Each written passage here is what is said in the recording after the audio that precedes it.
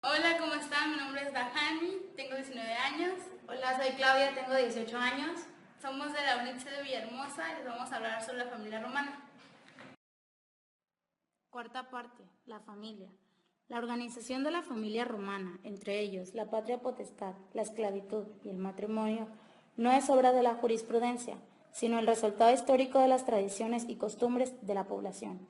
Por eso cabe decir que para el jurista romano la familia es un dato social que tiene que tomar en cuenta, porque repercute directamente en la vida jurídica, ya que el derecho romano no considera a los individuos aislados como sujetos de derecho, sino que los considera en la situación jurídica o estatus que cada uno tiene dentro de la familia y de la cual depende su capacidad jurídica.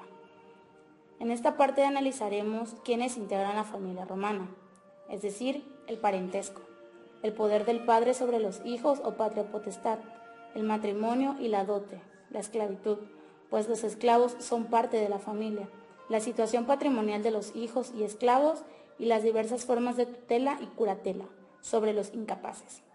El jefe de familia es el titular del patrimonio, pero no se considera que es un patrimonio suyo exclusivamente, sino el patrimonio de la familia que está destinado a permanecer mediante la sucesión hereditaria dentro de la misma familia. De ahí la estrecha conexión entre la familia y la herencia. La familia romana es el conjunto de personas que viven en una misma casa y que están sujetas a la potestad de un mismo jefe o cabeza de familia. La unidad de la familia romana no radica en la sangre ni el afecto, sino en la potestad del padre de familia. Padre es quien tiene esa potestad reconocida y los que están sujetos a ella son sus hijos, aunque no hayan sido engendrados por él. Por eso puede un padre de familia tener bajo su potestad a la esposa de su hijo, la cual toma entonces el lugar de una hija. O puede un hijo huérfano ser padre de familia, por no estar sujeto a una potestad paterna aunque no tenga hijos. El grupo de familias que tiene el mismo nombre constituía una gran familia o gens. Pero este grupo decae a fines de la República y no se tiene ya en cuenta por el derecho posterior. El parentesco. De conformidad con esta concepción de familia, los parientes son quienes están sujetos a la potestad paterna. Ellos conforman la familia civil y el parentesco que los une se llama agnaticio, que es distinto del parentesco por sangre o cognaticio. Parentesco agnaticio. Hay parentesco agnaticio entre padres e hijos. Por si un hijo sale de la potestad paterna por haber sido emancipado, pierde ese parentesco. La mujer casada que entre bajo la potestad de su suegro o de su marido deja de ser pariente agnada de la familia de su padre y se hace agnada de la familia de su suegro o marido son también agnados. Aquellos que tienen un ascendiente común, comenzando por los hermanos, pero también los tíos y primos, y todos aquellos que están o estaban bajo la potestad de un mismo padre de familia. El parentesco cognaticio o natural es el que se establece por la sangre. Este es el único parentesco que puede establecerse en referencia a las madres, que no pueden ser padres de familia. Sus hijos son solo sus parientes cognados. Las líneas y grados del parentesco. Para determinar la proximidad entre los parientes se distinguen líneas y grados del parentesco. La línea recta es la que se refiere al parentesco entre ascendientes y descendientes. La línea colateral se refiere al parentesco de quienes, sin estar en la línea recta, tienen un ascendiente en común. Los grados se encuentran por el número de generaciones que intervienen entre dos parientes. Por ejemplo, entre padre e hijo hay un parentesco en línea recta en primer grado, pues hay solo un ascendiente entre ellos, el del hijo. Entre abuelo y nieto hay parentesco en la misma línea, pero de segundo grado. En la línea colateral el parentesco se mide subiendo hasta que el ascendiente común y contando el número de generaciones. Por ejemplo, entre hermanos hay parentesco colateral de segundo grado, ya que intervienen dos nacimientos o más bien generaciones, uno de cada hermano, entre el tío y el sobrino. Hay parentesco colateral de tercer grado, pues remontándose hasta el ascendiente común, es decir, el abuelo, intervienen tres nacimientos, el sobrino, el padre y el tío. Entre primos hay parentesco colateral de cuarto grado, pues intervienen además de los tres nacimientos que intervienen entre tío y sobrino, primo en esta relación debe considerarse el del otro primo. Personas sui juris y alien iuris. La capacidad jurídica de las personas se establece en relación a la posición que tiene en la familia. Solo los padres de familia tienen plena capacidad jurídica por el derecho privado. Solo ellos son sui juris, quienes están sometidos al padre de familia. Los hijos y los esclavos son aleni juris. Los hijos están sometidos permanentemente a la potestad paterna y los esclavos a la potestad de dueño. La mujer casada ocupa una posición digna dentro de la familia, como matrona o madre de familia, pero no tiene potestad.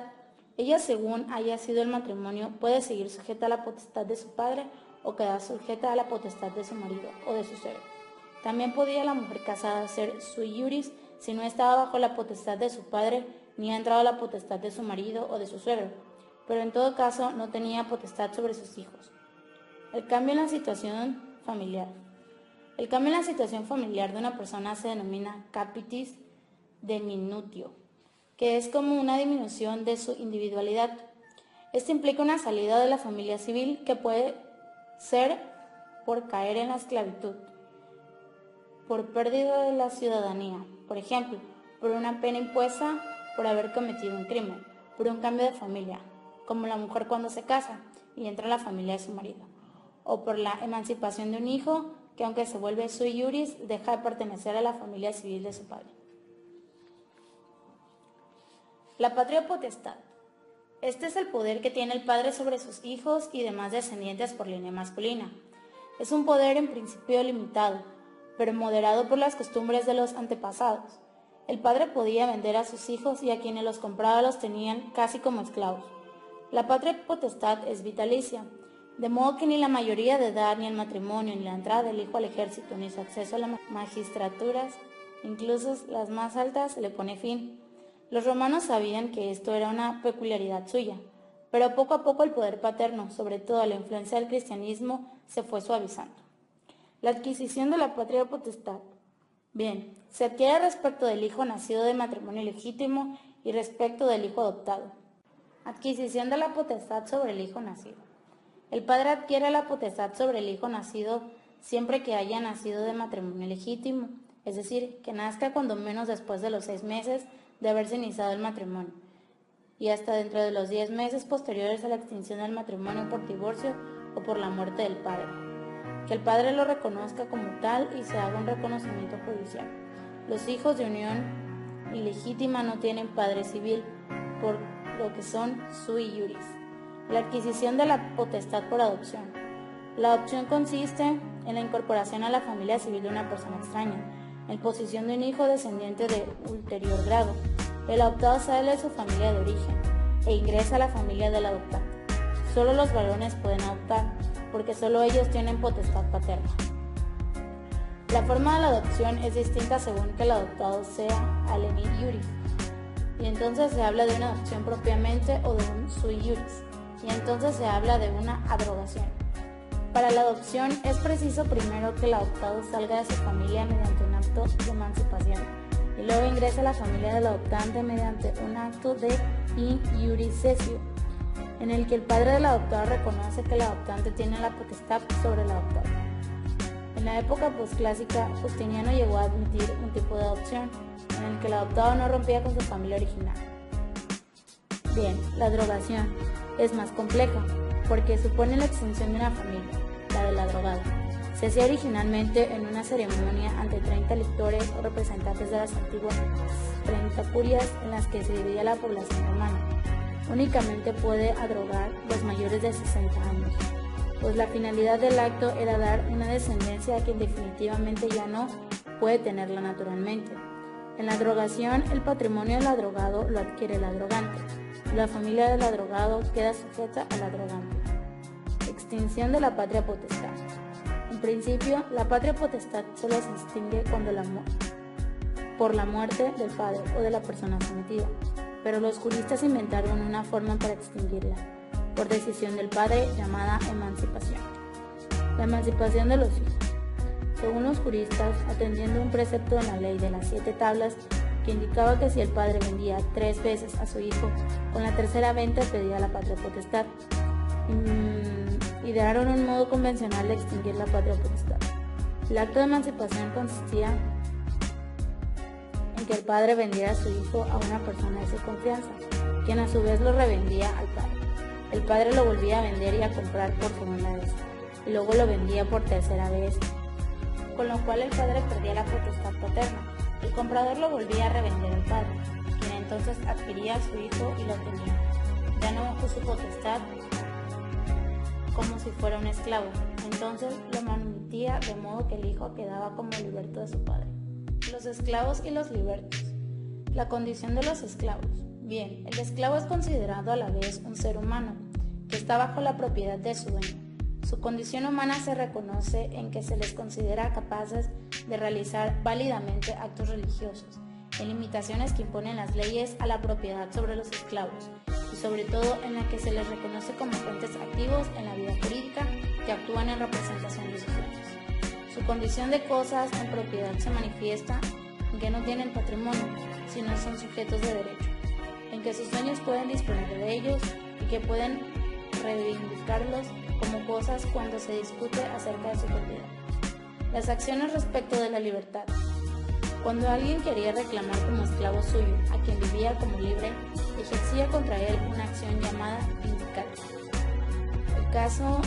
En el caso contrario, cuando alguien quería demostrar la libertad de uno que vive como esclavo, el que afirma la libertad podía ejercer un vindicatio in libertate, para que se declarara la libertad del esclavo aparente. Las causas de la esclavitud.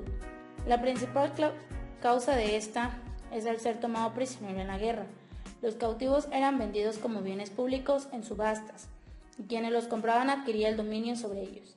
Otra causa es el nacimiento, pues todos los hijos de madres que son esclavas en el momento de parto nacen esclavos.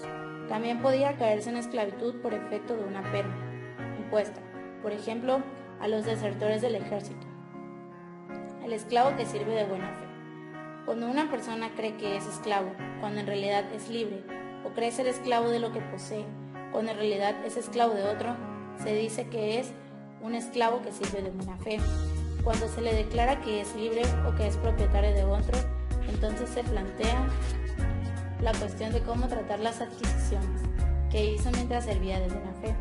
La regla es que todo lo que adquirió lo adquirió para sí o para su verdadero dueño, salvo lo que hubiera adquirido como rendimiento de su trabajo, que se queda en manos de quien lo poseía, y como compensación por su manutención, y de lo que hubiera adquirido a partir de bienes que se le dio al aparente dueño, que quedan también por él.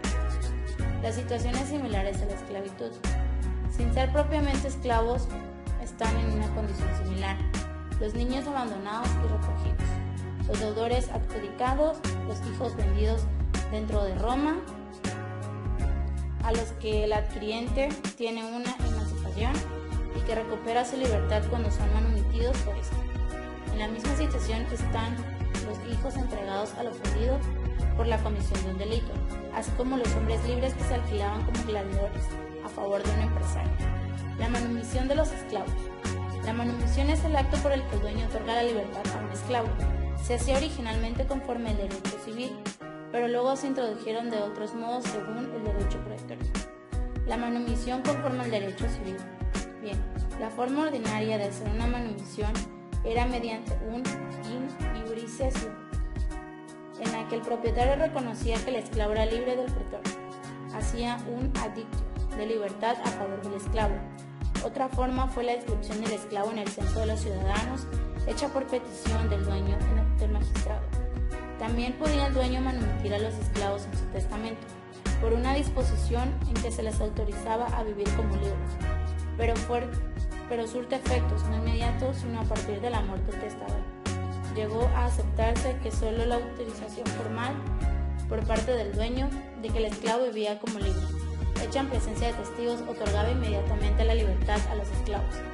En todos estos casos, el esclavo adquiría la libertad y la ciudadanía romana, ya que en principio libertad y ciudadanía eran inseparables. La manumisión según el derecho pretorio.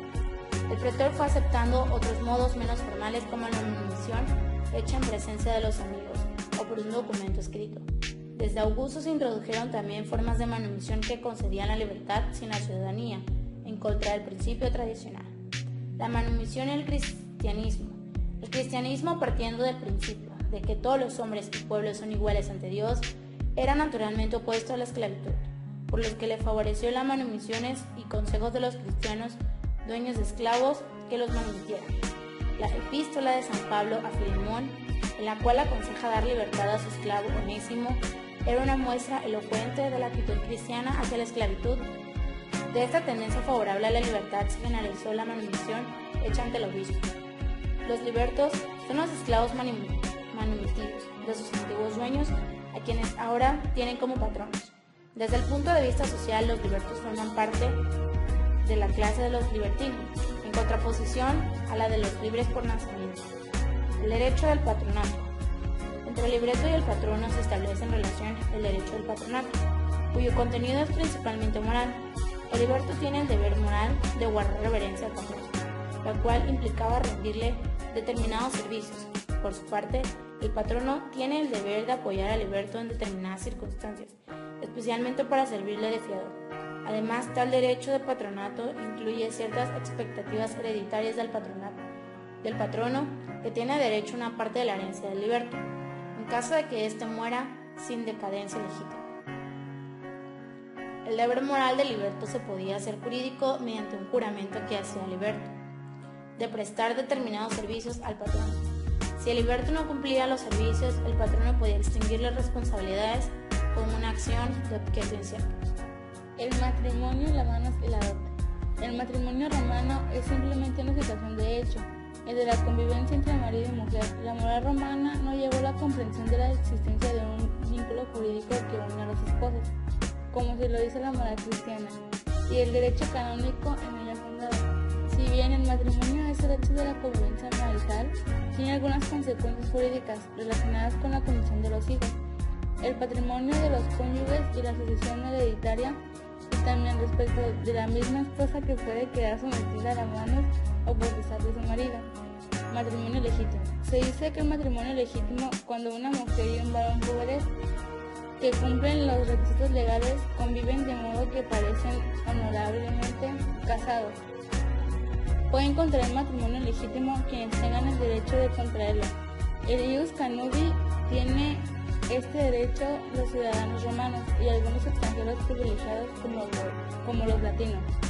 Se considera que el matrimonio es honorable cuando cumple con ciertas exigencias sociales, como las ceremonias por las que se inicia la convivencia marital por la constitución de una dote, pero ambos pueden faltar el matrimonio pasar como honorable si es socialmente aceptado.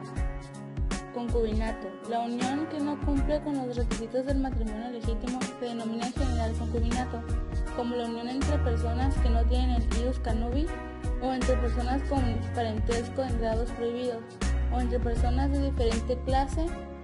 No tiene efectos jurídicos, aunque pueden tener ciertos reconocimientos sociales.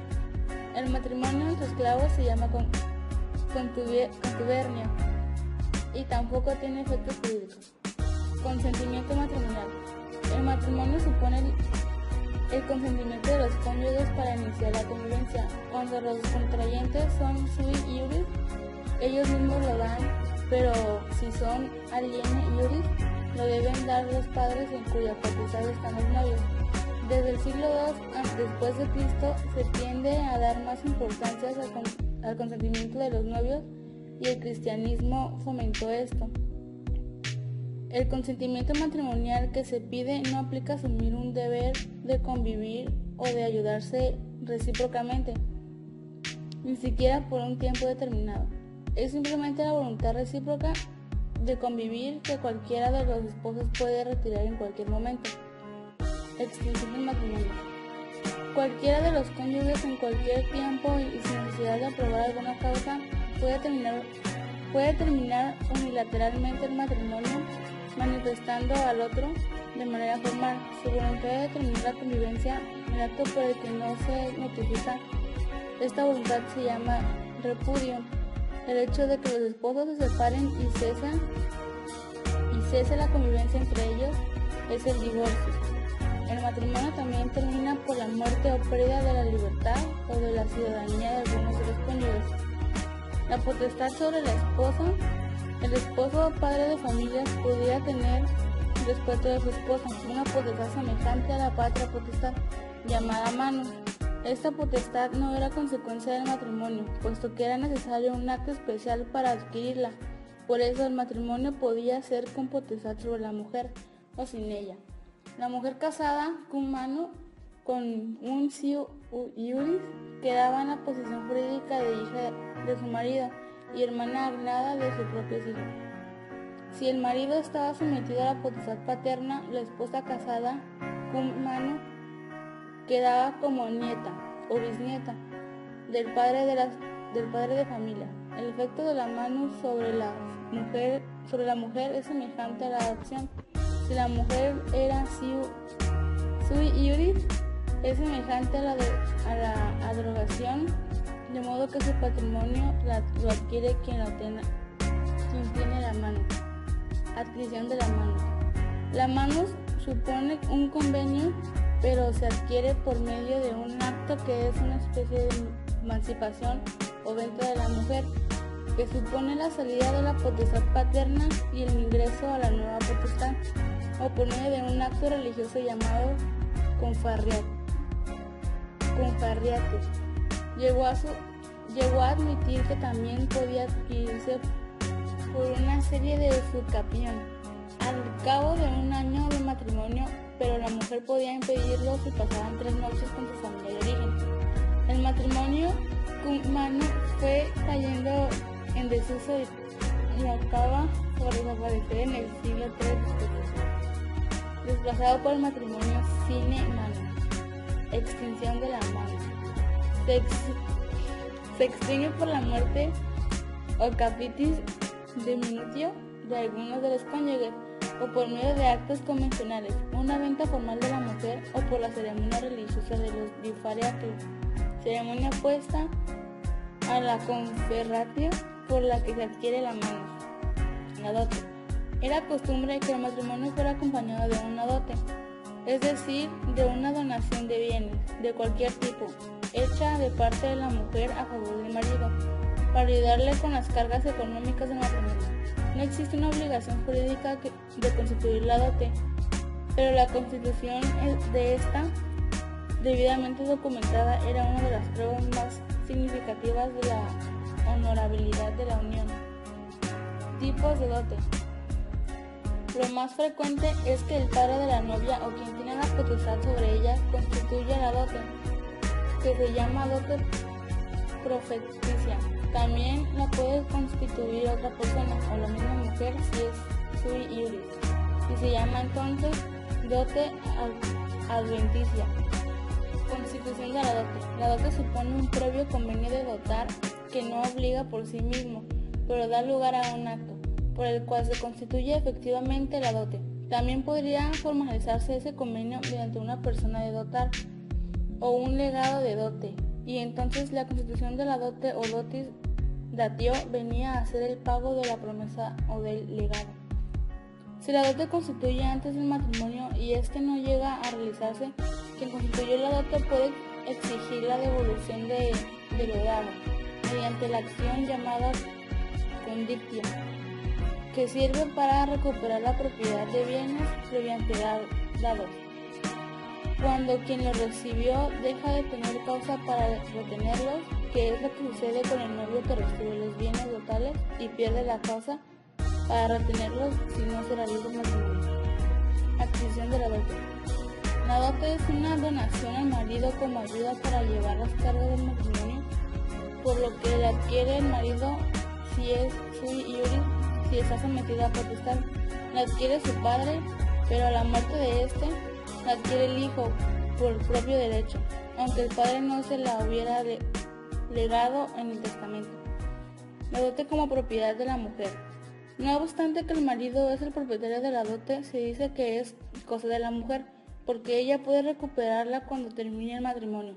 Este destino de los bienes dotales implica que el marido tiene ciertas limitaciones para disponer de ellos.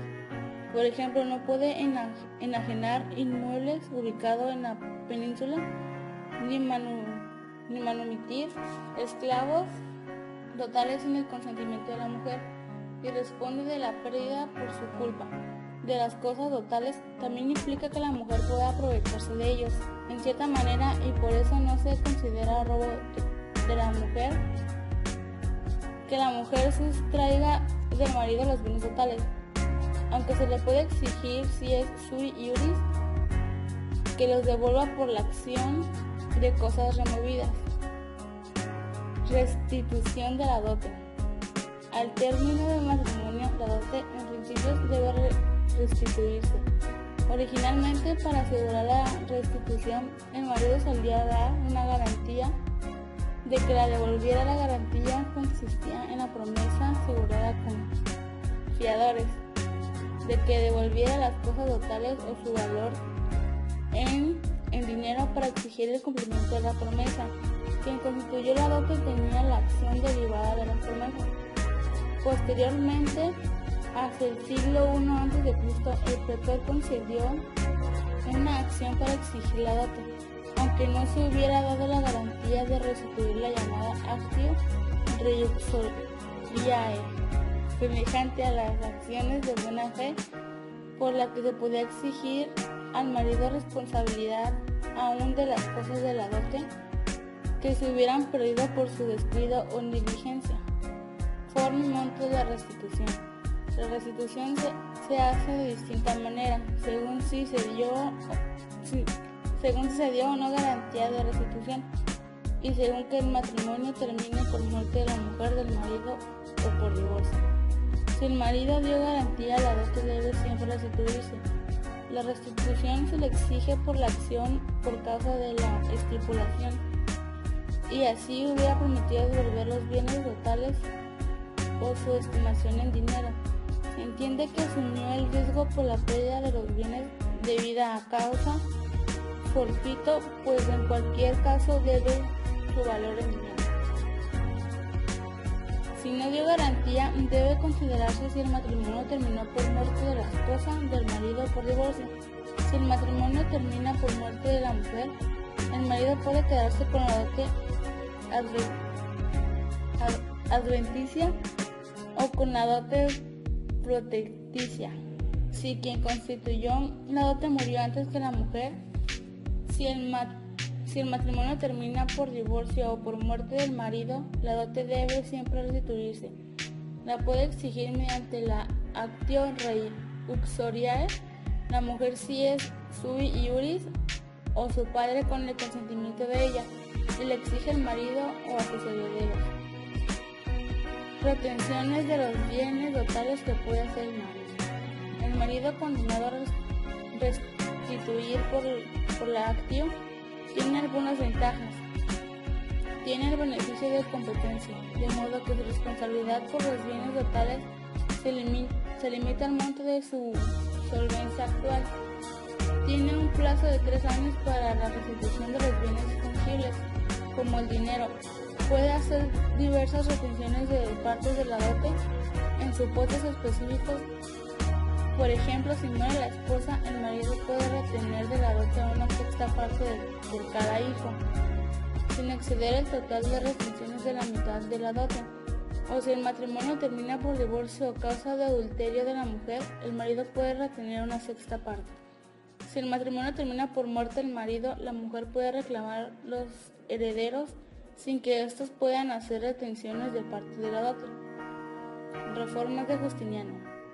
Justiniano reformó el régimen de la dote con la finalidad de considerarla como un patrimonio que debe constituirse a favor de la mujer casada y que debe servir para su ayuda después de terminarse el matrimonio. Estableció que los ascendientes tienen la obligación jurídica de dotar a sus hijas. El marido que recibe la dote adquiere no plenamente la propiedad de los bienes, sino una especie de usufructo, y tiene ahora más limitaciones que antes para disponer de los bienes. Para exigir la restitución se dispone de una nueva acción llamada acción de dote, por la cual se exige al marido responsabilidad por la pérdida o deterioro de las cosas debidas a su culpa. Entendida esta, está en la medida exigente de falta de cuidado que se tiene en cosas propias. Ante esta acción, el marido no puede hacerse retención. Junto con la reforma del régimen de la dote, Justiniano reformó también el régimen de las donaciones nupciales. Estas son ahora donaciones obligatorias que el marido, antes o durante el matrimonio, debe prometer a la mujer como compensación de la dote y que se destinan como la misma dote a asegurar el mantenimiento de la viuda. Situación patrimonial de los hijos esclavos. Capacidad jurídica de los hijos esclavos.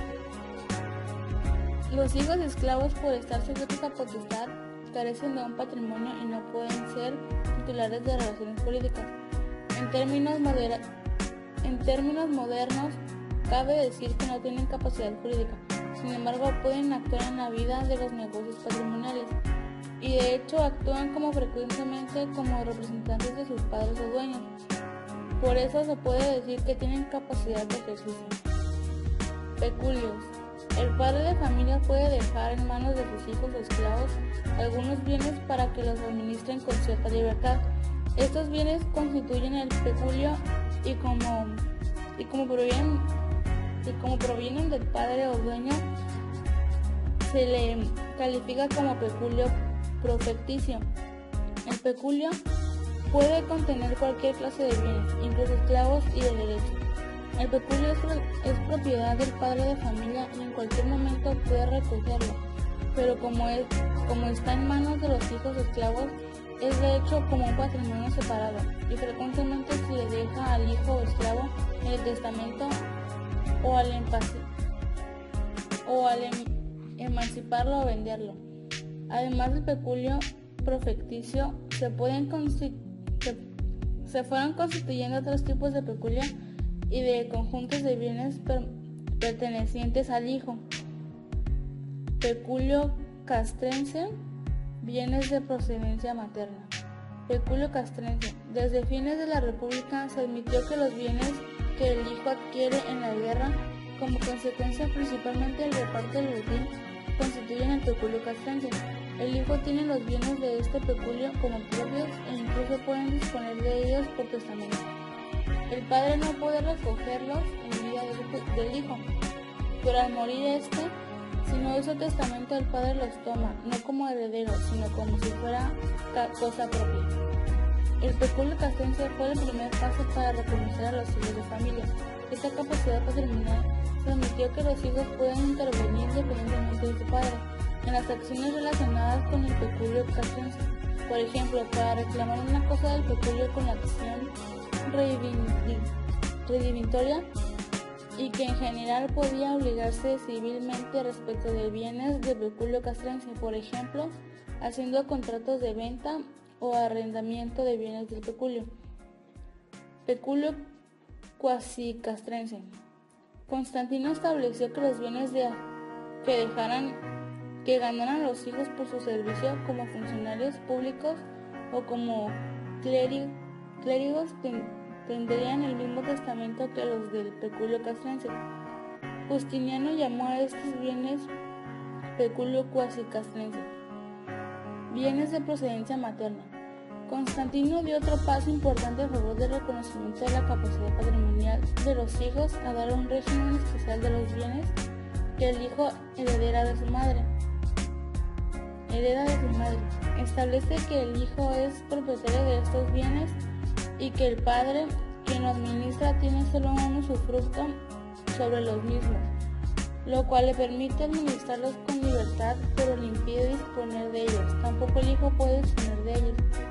Posteriormente, se extiende este régimen a todos los bienes que el hijo adquiere por donaciones de la madre, de los ascendientes maternos y también los que adquiere de parte de la esposa. Justiniano completa esta evolución estableciendo que el régimen se aplica a todos los bienes que el hijo adquiere de cualquier otra procedencia que no sea patrimonio paterno. Los hijos esclavos como representantes. Independientemente de que tenga algún peculio, los hijos esclavos actúan como representantes de su padre o dueño en el sentido de que todo lo que adquieren lo tienen para sus dueños.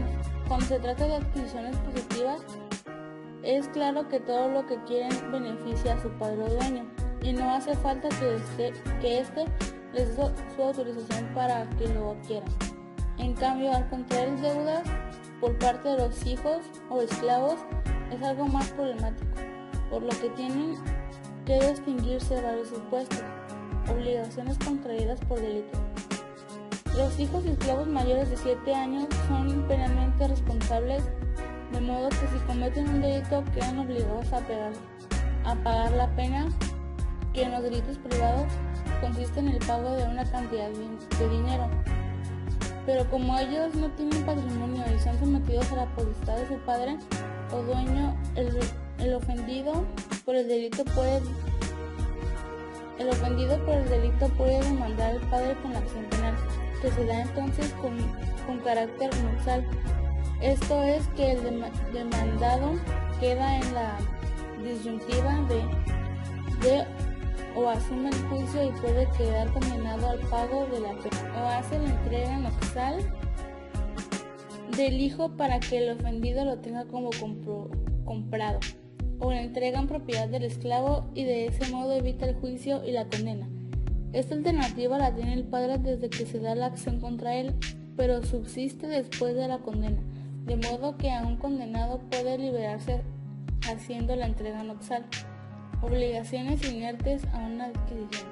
Cuando un hijo de familia adquiere algo que implica contraer algunas obligaciones, como el que acepta una herencia que implica pagar las deudas a cargo de ella, o el que recibe una data que se obliga a devolverla. El padre de familia solo queda obligado cuando él dio su autorización expresa notificada a los terceros para que el hijo o esclavo la adquieran. Obligaciones contraídas entre los hijos o esclavos. Las obligaciones que contraen los hijos o esclavos entre sí o con sus jefes, así como las que contraen los esclavos con terceros, no son judicialmente exigibles, por lo que se les llama obligaciones naturales. Respecto de los hijos varones, se reconoció que podían contraer obligaciones con terceros, pero salvo que se tratara de obligaciones referidas al peculio castrense, el acreedor no podía, mientras los deudores fueran alieni iuris, hacer un procedimiento ejecutivo contra ellos. Tenían que esperar a que se hicieran sui iuris por emancipación o muerte del padre. Responsabilidad solidaria de los padres o hijos. En ciertos casos, el pretor otorgó acciones a los acreedores de un hijo o esclavo para reclamar al padre o dueño. Se denominaron acciones adjecticias, porque se añaden a las acciones que podría haber directamente contra quien contrajo la obligación. Son acciones que transposición de personas en cuyas fórmulas aparece en la intentio el nombre de quien contrajo la obligación y el condemnatio el nombre del padre o dueño. En algunos casos hacen que el padre responda por el total de la deuda y en otros solo la manera limitada. Responsabilidad total de los padres o jefes. Cuando el padre da su autorización expresa para contraer la deuda, queda obligado por el total y se da contra él la acción por la autorización. Se asimila a una utilización el hecho de que el padre haya puesto al frente de su negocio al hijo o esclavo, por lo que se da la acción para exigirle al padre la totalidad de la deuda contraída con ocasión de este negocio, llamada acción exercitoria, cuando el negocio era de navegación marítima, o institoria, cuando era un negocio terrestre. Responsabilidad limitada de los padres o jefes. Si el padre no dio su autorización expresa o limitada, se da al acreedor una acción contra el padre, pero solo para que responda en la medida del peculio. Del hijo o esclavo, si no hubiera peculio, se puede dar contra el padre o dueño una acción para que responda en la medida de lo que él hubiera adquirido a causa de esa obligación. Cuando el peculio del hijo o esclavo consiste en mercancías y el padre conocía el negocio que se hacía con ellas, si el hijo no tiene bienes suficientes para pagar a los acreedores, Estos pueden pedir al padre o dueño que haga un reparto de las mercancías entre los acreedores. Si los acreedores se sienten afectados porque la distribución no les pareció equitativa, pueden demandar al padre o dueño con la acción tributoria para que les indemnice el daño causado. Obligaciones contraídas por préstamo de dinero. El Senado Consulta macedoniano prohibió prestar dinero a los hijos de familia. El efecto de este Senado Consulta no fue anular el préstamo, sino dar una excepción para inutilizar la acción del acreedor. En consecuencia, si un hijo de familia tomaba dinero prestado sin autorización de su padre, la acción del acreedor contra el hijo cuando se hiciera sui iuris o la acción de peculio contra el padre quedaba impedida por la excepción del Senado Consulta. Tutela y curatela. Introducción. Al morir el padre de la familia o al exigirse la potestad por emancipación, sus hijos e hijas se vuelven sui iuris y tienen en principio plena capacidad jurídica. Sin embargo, cuando son impúberes, se considera que aunque pueden ser titulares de derechos, no tienen capacidad para actuar, por lo que requieren la intervención de una persona, un tutor, que les ayude a administrar su patrimonio. Respecto a las mujeres sui iuris, se consideró que por su inexperiencia en los negocios requieren siempre, aunque fueran mayor de edad, de un tutor. Hubo por lo tanto una tutela para los impúberes y otra tutela perpetua para las mujeres. En una posición semejante están otros que tienen algún impedimento para actuar, como los locos, a los cuales se les nombra un curador, para auxiliarles con la administración del patrimonio. Hubo una curatela para los locos, otra para los pródigos y otra para los menores de los 5 años. Aunque tutela y curatela son dos instituciones con reglas y funciones diferentes, de hecho se van aproximando y terminan por unificarse en el derecho posclásico. Pupilos. A los impúberes que tienen un tutor se les llama pupilos. Entre estos se distinguen los menores de 7 años, a quienes se denominan infantes y que no pueden intervenir en ningún negocio jurídico, ni tienen responsabilidad penal. Los mayores de 7 años se llaman infantes mayores, que consideran que son ya responsables de sus delitos y que pueden actuar en negocios jurídicos con la autorización de su tutor. En cuanto a los varones llega a la pubertad, se considera que ya son capaces para actuar en negocios jurídicos privados y también en la vida pública como ciudadanos. En consecuencia, la tutela termina. Sin embargo, para dar mayor seguridad a los actos jurídicos que realizan, un curador los asiste mientras no cumplan 25 años. Las mujeres, aunque llegan a la pubertad, siguen su tutela. La tutela es una función patrimonial que consiste en la administración y defensa del patrimonio del incapaz, especialmente respecto de las reclamaciones jurisdiciales. La tarea de cuidado y educación del niño no es el del tutor, sino de los parientes que se haga cargo de él. Las facultades del tutor son distintas según el pupilo sea menor o mayor de 7 años. El tutor de un menor de 7 años actúa con independencia porque se considera que tiene una potestad sobre los infantes, y el de mayor de 7 años simplemente se da autorización en los actos que realiza el menor. Si falta la autorización, el acto no produce efectos jurídicos. Hubo varias formas de tutela según se nombra al tutor: la tutela legítima, la testamentaria y la filiana. Tutela legítima. Conforme a la ley de las 12 tablas, al morir el padre le correspondía la tutela al impúber, al pariente agnado más próximo, que fuera varón impúber. Podría ser el hermano. Este tutor designado conforme a la ley, tutor legítimo, asume la tutela por causa de su parentesco, de modo que no puede renunciar a ella, ni ser removido de ella. Pero si pierde el parentesco de agnación, la tutela cesa. Al terminar la tutela, se puede ejercitar contra el tutor una acción de rendición de cuentas de carácter penal para hacerle pagar el doble del daño que hubiera causado al patrimonio por malversación de bienes. Tutela testamentaria. El padre de familia, al hacer su testamento, podía disponer de un tutor para sus hijos que llegaran a necesitarlo. El tutor, así nombrado tutor testamentario, puede renunciar libremente a la tutela y ser removido de ella por medio de una acción pública por la que cualquier persona le acusara de fraude en tutela, llamada acusación de tutor sospechoso. Pueden ser tutores testamentarios además de los ciudadanos romanos, un liberto, un latino, un alieni iuris y hasta un impuber, en cuyo caso el magistrado nombra otro tutor hasta que el designado en testamento sea capaz. Tutela atiliana. La ley Atilia del siglo III a.C. dio al pretor urbano el cargo de cuidar las tutelas y de nombrar un tutor para el incapaz que careciera de él.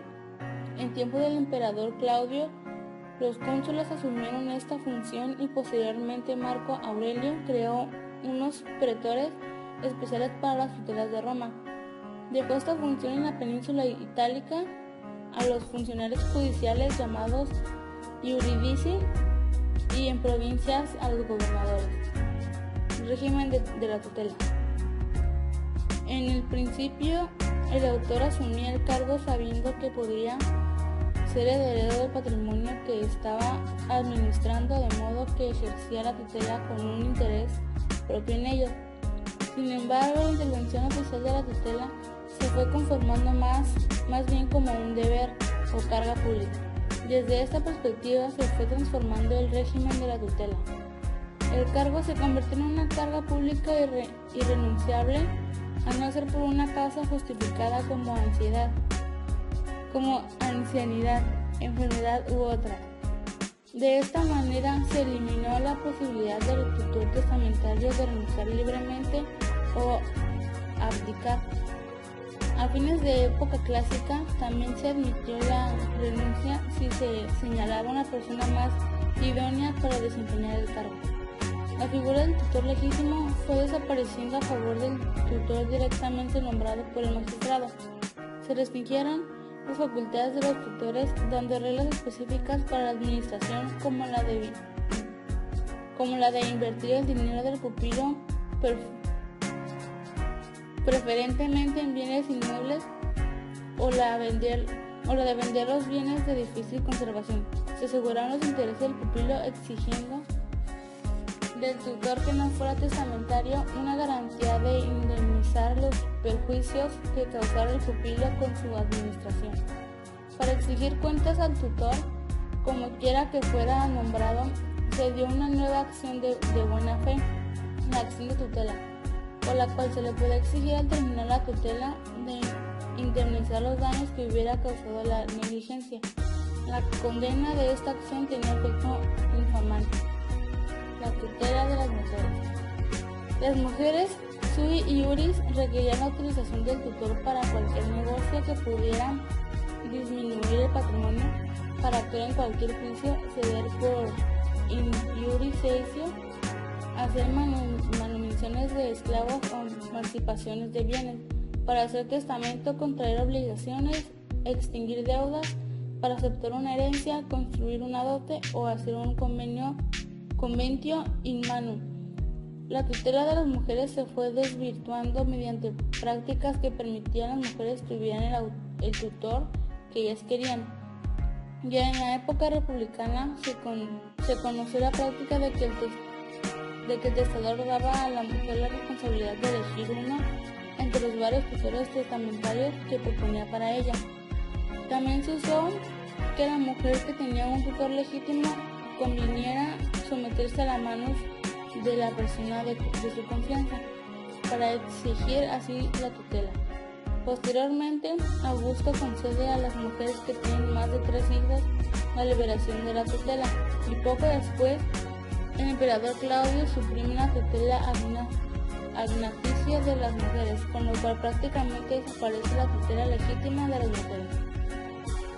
En época posclásica desaparece la tutela de las mujeres y se extiende a ellas el régimen de incapacidad propio de los varones menores de 25 años. Las curatelas. La curatela es en general un cargo de administración de un patrimonio público o privado. En todo caso es un cargo público. La ley de las 12 tablas ya prevía la curatela de los locos y pródigos. El pretor dispuso otras curatelas especiales y por una ley del siglo II a.C. se estableció la curatela de los menores de 25 años, la curatela de los locos y pródigos.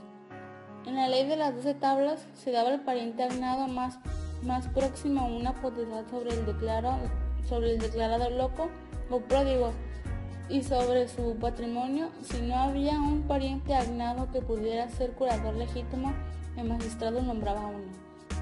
El curador de un loco tiene amplio poder sobre el patrimonio. Actúa siempre en un lugar incapaz de manera permanente. El curador de un pródigo, es decir, de quien ha dilapidado sus bienes, interviene solo en los negocios de disposición de bienes, en los que implica contraer una obligación, pero en los que supone un enriquecimiento. Otras curatelas previstas por el pretor. En el edicto del pretor se prevé el nombramiento de curadores para patrimonios privados que requieren de un administrador. Tal es el caso del curador que vigila la administración de un tutor, el de curador que se encarga de administrar los bienes que pueden corresponder por herencia a una persona que va a nacer, el curador que administra los bienes de un enfermo, de un sordomudo, o el curador que administra los bienes de un deudor concursado. La curatela de los menores de 25 años. La ley letoria de principios del siglo II a.C. estableció una acción penal y popular en contra del que hubiera obtenido mediante engaño una ventaja en un acto jurídico celebrando con su menor. Se calificaba como menor al puber que no había cumplido los 25 años. La ley no invalida el acto, pero el pretor podía privarlo de efectos otorgando al menor una excepción para impedir que prosperara la acción que se ejercitara contra él para exigirle que cumpliera lo que se había obligado por dicho acto. Por ejemplo, le daba una excepción para impedir la acción por la que se le exigía que pagara su precio excesivo, o podía el pretor otorgar al menor una integrum restitutio por razón de su edad para invalidar el acto y recuperar lo que hubiera entregado o dado. Los actos del menor eran civilmente válidos, pero como existía la posibilidad que el menor los impugnara alegando haber sido engañado, se introdujo la práctica de nombrar un curador que los asesorara en cada negocio, con lo cual se hacía difícil demostrar que había sido engañado por su edad.